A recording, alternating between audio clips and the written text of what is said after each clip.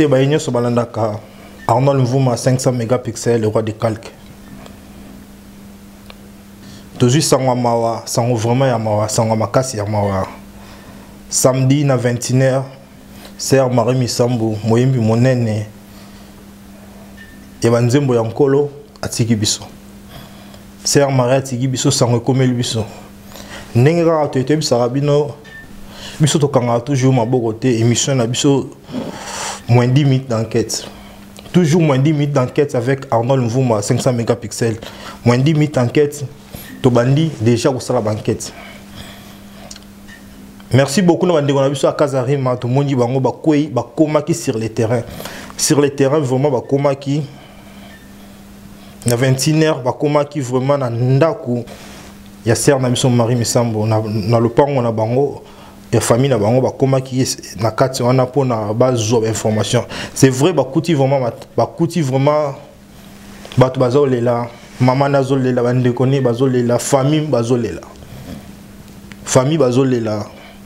Mais eloko oyo biso to lobi to ça l'enquête parce que tu remarqué eloko moko. Pour ceux qui te remarquent que eloko te to ngai to lobate. Tu remarqué eloko moko. Ndeko ne moko ya mwasi à se présenter guité mais ils ont déconné moi si parmi bato bandé de là à lobby bazagi na sœur Marie na retraite ayo qui tension et matière à lobby bakende hôpital azoka bien te mère na kokende na nzela atambola ki yemoko atamboli nzoto zai makasa atamboli bien ba komi ko na hôpital tension ezaki en mata ti ba cotiser na salle pour ba traiter bon ba tigala ki libanda après quelques minutes ba yoka arrêt cardiaque. Arrêt cardiaque, moté mekati sœur Marie accueille. Mais boyoka na suka eloka lobi. Ayebite soki eza ba j'ai sœur Marie pour azaka artiste. Biso to confirmer ngote to landika ka maloba na ninga lobi. Oh nzambe. Na au juste bande bazo la ma examiner. Ina retraite. Isa makuti na salo sambo. Ina ina retraite. Luna yo na tongo.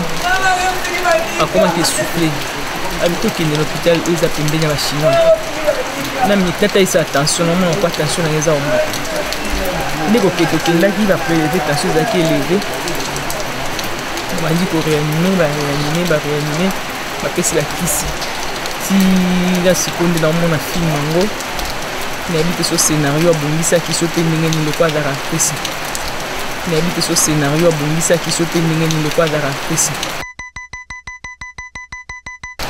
Il habite ce scénario à Bongisa qui saute ndenge ni lokwa za rapesi na oyeba non te na oyeba te tozali na retraite azaki malade te oyo etikali nzambe mono Puis en plus et ceux qui bongote bandeko à Londres bakomo tinda ba vidéo na Facebook ba tindeli biso vidéo.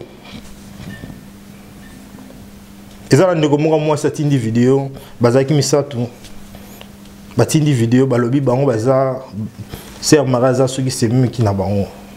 C'est l'explication na bango, ba confirmer que sœur Marie a koufité. Kazare me komi na ndaku, ba moni papa, bakoti famille na en fait, famille na bazole la mère, bandeko mususu na Londres, basali ba vidéo, bazo confirmer, bazape, ba yebi sœur Marie bien.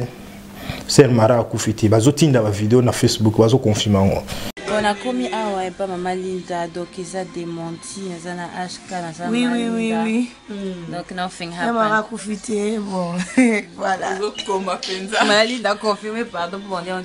Yes, Sœur Marie, c'est mec qui n'a pas Koufiti, she's alive. Amen. All that is about mensonge, she's alive.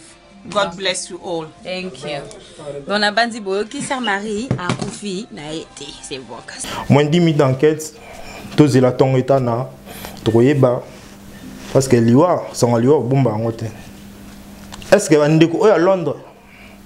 Parce que moi, je n'ai pas à Londres. Est-ce que bombe li moi na e sans ok maman na ya Koufi? Mais soki, point d'interrogation. Soki ba bombe li moi na e sango. Est-ce qu'il y a un combo au mari Misamba Zanango? Tout Azalaki Nango?